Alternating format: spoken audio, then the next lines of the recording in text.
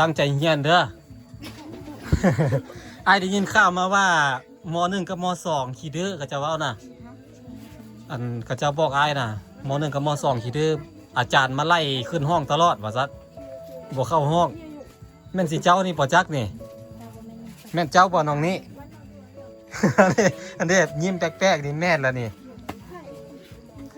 อาจารย์เขาเจ้าว่าบ่มักเข้าห้องเรียนเขาเจ้าว่านะ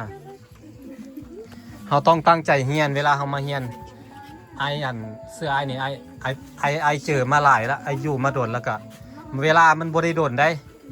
เฮามาเรียนเฮามากกว่าเฮาสิได้มาฮอดพี่ได้เฮาต้องเรียนหนังสือเฮาต้องเข้าโรงเรียนอดเอา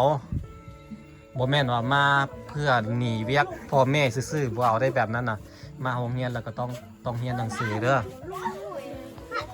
อน้องกะมาโรงเรียนต้องเข้าโรงเรียนเด้อ แม่น้องกานี่บ่จักนี่อาจารย์มาไล่ให้ไปเข้าห้องนี่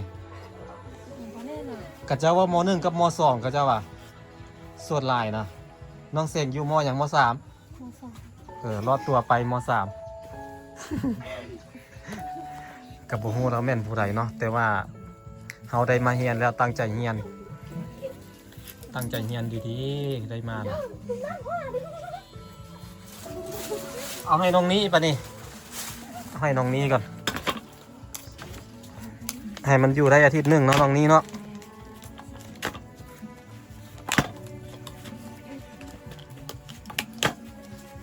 ให้มันอยู่ได้2 อาทิตย์เนาะป่องหนึ่งกิน2 มื้อได้ปะ บ่ได้ดอกเนาะบ่ยอกไอ้ก็ยังบ่ได้ป่องหนึ่งก็ยังกินได้แต่คาบเดียวนั่นแหละฮะ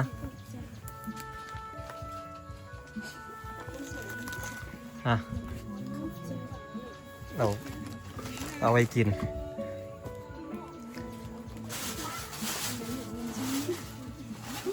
โอ้เจ้าก็เอาขนมปันหมูกินเด้อเอาขนมยายหมูกินเดี๋ยวนี้คนคือมาหลายแท้มึงดูเอาปะ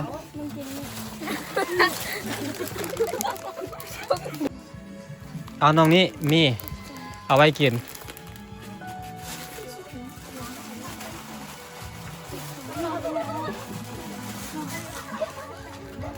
เท่าไหร่ละ7เนาะ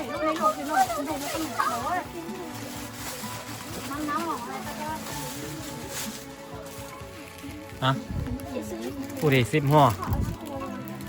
เอาไว้กิน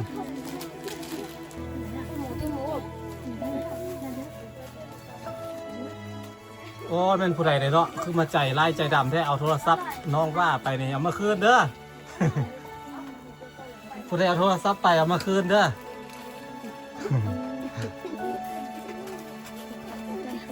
อยู่นำกันฮักแพงกันแม่บ่ต้องเอาของกัน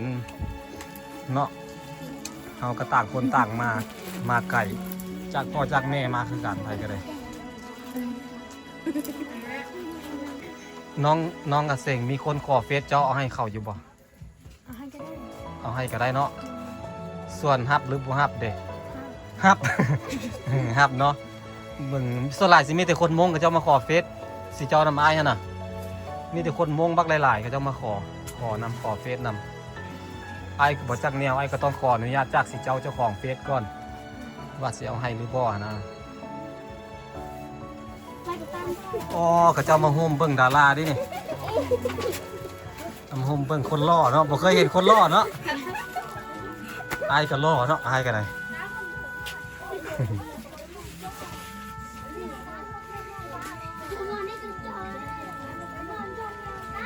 บ่เป็นยังบ่ต้องเสียใจเด้อโทรศัพท์พ่อแม่ซื้อให้ป่ะโทรศัพท์พ่อแม่ซื้อให้ป่ะ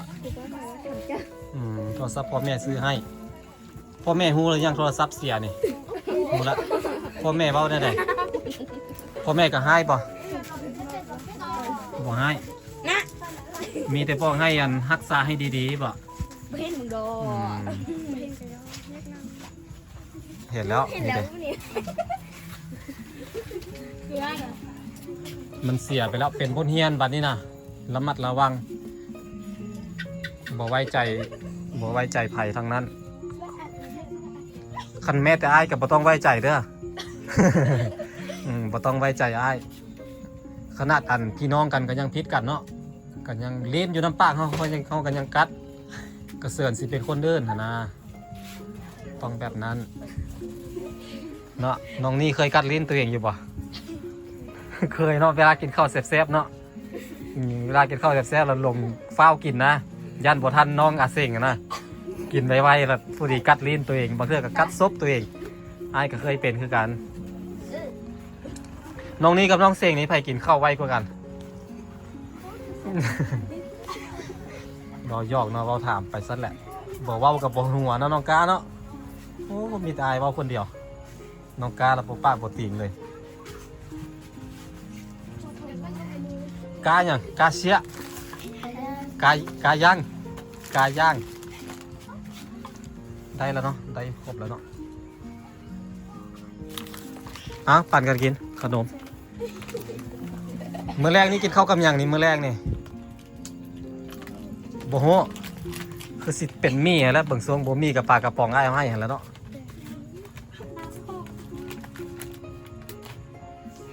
อัน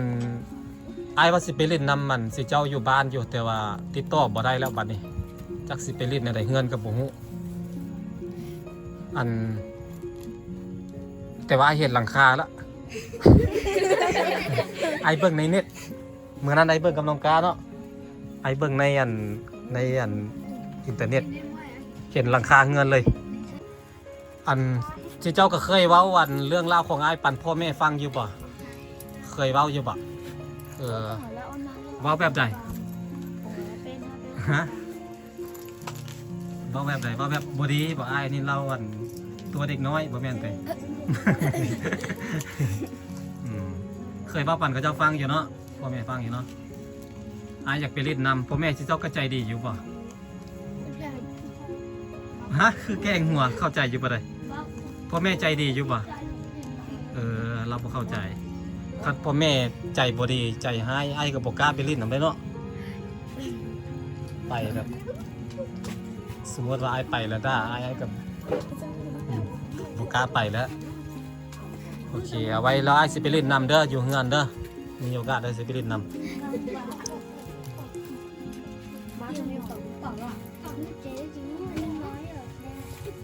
บ่น้องอันกาเคยเว้าเรื่องราวของไอ้ปันพ่อแม่ฟังอยู่บ่พ่อแม่ว่าอะไรพ่อแม่ตอบว่าอะไรบ่ปันไอ้ฟังเลยรู้ไอ้อยากได้ยินไอ้อยากฮู้ดินะจะบอกพ่อแม่เจ้าแบบใดเว้าเป็นภาษามงก็ได้ให้น้องกระเสียงแปลภาษาลาวให้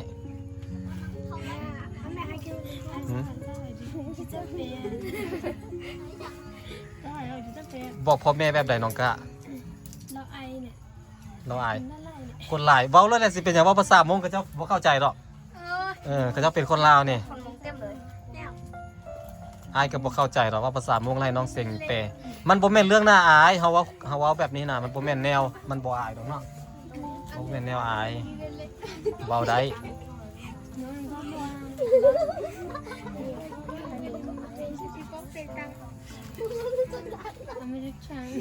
น้องนี่จะพาหมู่หัวไหมน้องนี่หัวคนเดียวม่วนอยู่คนเดียว แปลกๆเลยได้นี่นั่งอยู่ซื่อกับหัวคนเดียวนี่บอกน้องกาแล้วพ่อแม่ว่าอะไรพ่อแม่ก็เคยแบบอยากเบิ่งรูปอ้ายอยู่บ่อยากเห็นอยู่เนาะเจ้าเก่าให้เบิ่งอยู่แต่บ่มีโทรศัพท์เนาะบ่มีโทรศัพท์ให้เบิ่งบอกพ่อแม่เด้อน้องกะบอกพ่อแม่เด้อว่าอ้ายอยากไปเล่นน้ำเด้อบางมีโอกาสอ้ายสิไปเล่นน้ำอยู่เฮือนเด้อแต่ว่าพ่อแม่น้องงานอาเซงนี่ฮู้แล้วอ้ายเคยไปหลายเทื่อแล้วงานน้องอาเซงแต่บางงานน้องกานี่ยังบ่เคยไปมีพี่น้องจักคนน้องกาทั้งหมด8 คนโอ้โห8 คนนี่ถือว่าหลายเลยเนาะปกติคนลาวเขาเอาลูกมีแต่3 คน2 คน3 คน4 คนหลายสุดส่วนหลาย4 ตัด 3โอ้โหอันนี้8มีเอ้ยจักคนมีอ้ายจักคนบ่มีแสดงว่าเอ้ยกุ๊กเป็นน้องว่านี่แล้วคนที่2เลยเป็นเจ้า2 3 4 5 6 7 8ต่อมีน้อง6 คนพอปาตัว น้อง4คนอ๋อหมายถึง8รวมทั้งพ่อแม่ โดย ตกใจหมด ก็เดียวว่าเจ้าอายุจักปีก็10เท่าใด 12 ก็เดียวว่าอายุ12 ปีมีน้อง6 คนนี่บ่ธรรมดาแล้วเนาะมีน้อง4 คนเนาะรวมพ่อแม่เป็น8มีผู้หญิงจักคนน้องเจ้าหั่น 5 คน ทั้งหมดมี5 คนผู้ชายคนเดียวผู้ชายคนเดียวเนาะผู้ชายเป็นน้องชายลาบอ่ะเป็นคนที่เท่าไหร่ผู้ชายอ่ะอันนั้นคนที่1เจ้าคนที่2แล้วผู้ชายอันคนที่เท่าไหร่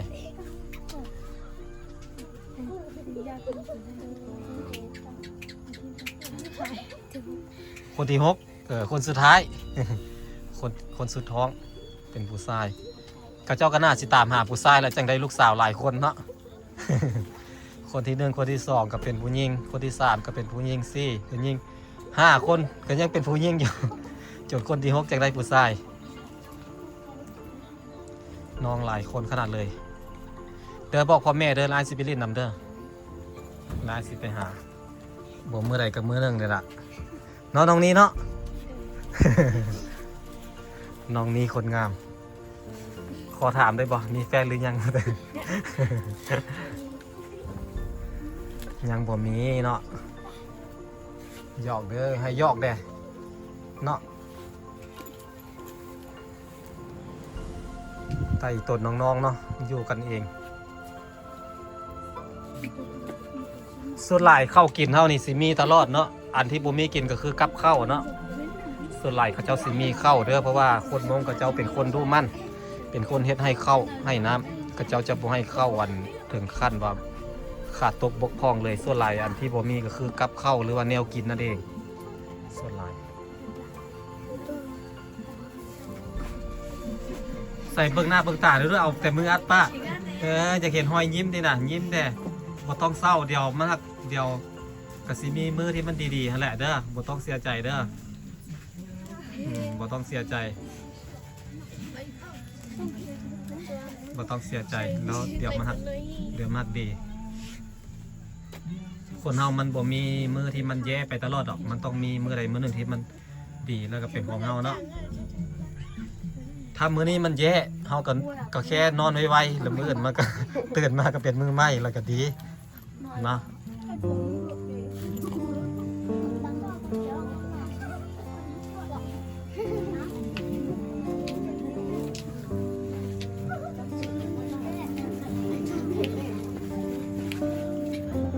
เป็นเนื้อไอ้กบพ่อแม่สิให้เฮียนฮอดใส่นี่ฮอดม.7เลยแต่ว่าบ่แน่ใจว่าตัวเองสิฮอดพุ่นหรือบ่เนาะพยายามมาแหล้วผู้บ่าวโทรมาแล้วพยายามเด้อพยายามให้มันจบเด้อให้มันเรียนจบพ่อแม่จะให้เฮียนฮอดม.7ถึงว่าเขาเจ้าสิมีลูกหลายคนแต่เขาเจ้าก็อยากให้ลูกเรียนเพราะว่ามันจังเสี่ยวอันตัวเองรอดในสังคมเรียนให้มันจบนี่โอ้งามขนาดเลยนี่ยงเก้างามถึกแสงไฟละงามมีแต่คนงามๆเนาะเจ้าก็งามได้เจ้าใหญ่ขึ้นมาเจ้างามได้อ่ะงามผู้คนอยู่นี่นะมีแต่คนงามๆนี่ใหญ่ขึ้นมาแล้วก็งามเลยมีเสน่ห์เป็นคนละแบบนี่น้องคนนี้ก็งามนี่โอ้ยเขินเนาะเบาเยาะเบาอีหลีแหละงามอีหลีเขินแล้วนึงน้องน้ำมนต์ก็งามนี่คนงามมีแต่คนงามเด้ออยู่นี่น้องคนนี้หน้าจากมนแต่น้องคนนี้หน้าจากเป็นทรงไข่งบไข่นะแบบงามได้คนหน้าแบบเจ้าน่ะน้องน้ำมิ้นน่ะบทเสื้อชื่อไปเด้อชื่อคำย้ายอันนั้นแล้วก็มาเบิ่งคลิปเก้าของตัวเองนี่ตอนสมัยยังน้อยแล้วตอนเจ้าเป็นสาวแล้วเจ้ามาเปรียบเทียบกับตอนคลิปตอนนี้ฮะคนละคนเลยแหละตอนนี้ยังน้อยอยู่ยังบ่ฮู้ดูแลตัวเองนะเดี๋ยวใหญ่ขึ้นมาอายุประ ประมาณเฮียนฮอนม2ม3ม4ไปก็เริ่มเป็นสาวละเริ่มมักงามละเริ่มบ่อยากตากแดดละเริ่มบ่อยากเกี่ยวข้าวซอยแม่ละบัดนี้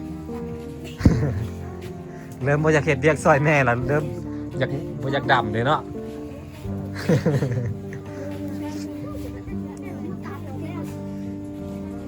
น้องๆมีแต่คนน่าฮักพี่น้องเอ้ยแกแม่น้องนี้แกปันกันกินแม่สิ่งที่อยากเห็นก็คืออยากเห็นตอนที่เจ้ากินนั่นแหละบ่ได้อยากเห็นอย่างหรอกบ่ได้หวังอย่างหรอกที่ให้ไปหวังแค่ว่าน้องๆได้กินน้องๆมีรอยยิ้มไอ้ก็มีความสุขแล้ว คนเบิ่งก็มีความสุขแล้ว คนฮับน้องน้ำมนต์คนฮับดีใจเนาะคนให้มีความสุขแม่นบ่ มิ้น น้อง น้องมิ้นน้องน้ำมิ้นคนฮับดีใจคนให้มีความสุขคนเบิ่งก็มีความสุขคือกัน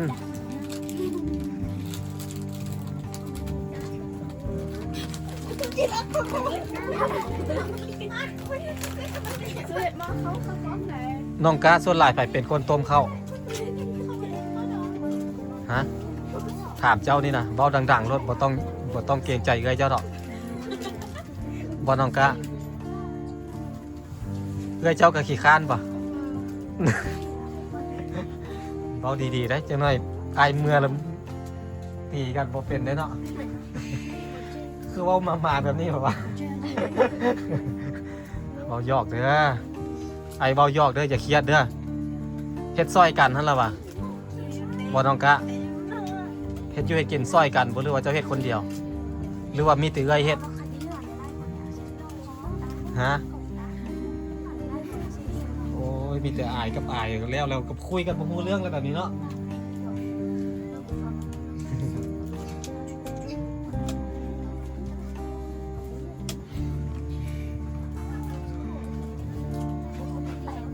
ขี้อายขนาดเลยเนาะ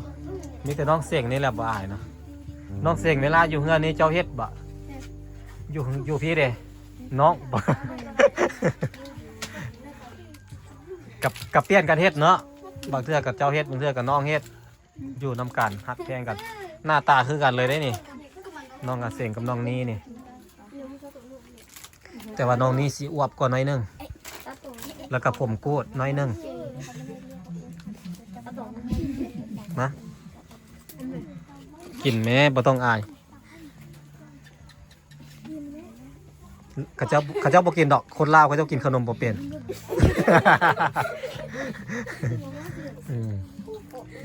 อายกับคนลาวคือกันนั่นแหละเราย่อซื่อ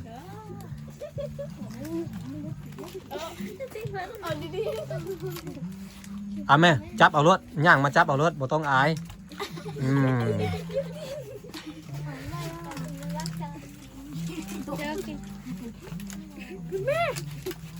อายคู่บ่ได้ความรู้อายสู้บ่ได้เป็นแฟนได้